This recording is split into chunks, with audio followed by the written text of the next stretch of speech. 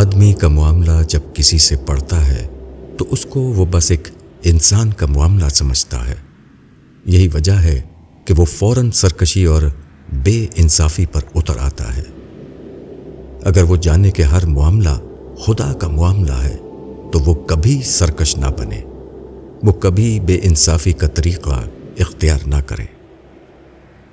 دنیا میں جو کچھ ہو رہا ہے وہ سب خدا کی اجازت اور اس کے منصوبے کے تحت ہو رہا ہے۔ اس کے پیچھے خدا کی حکمت امتحان کام کر رہی ہے۔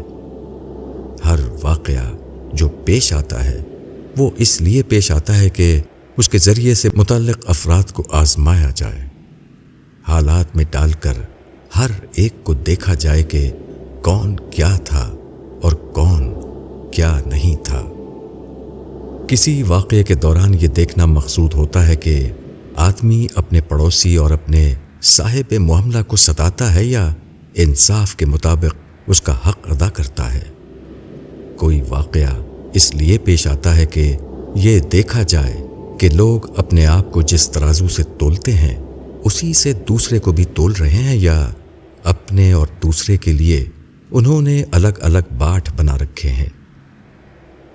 کسی واقعے کا مقصد یہ جانچنا ہوتا ہے کہ کون آدمی مفاد اور مصلحت کو اہمیت دیتا ہے اور وہ کون ہے جو مفاد اور مصلحت کو نظر انداز کر کے سچائی کی طرف دوڑ پڑتا ہے۔ یہی وہ مواقع ہیں جو آدمی کے ابدی مستقبل کا فیصلہ کرتے ہیں۔ ان مواقعوں پر درست رویہ اختیار کر کے ایک شخص جنت کا مستحق بن جاتا ہے اور دوسرا شخص غلط رویہ اختیار کر کے اپنے آپ کو جہنم میں گرا لیتا ہے۔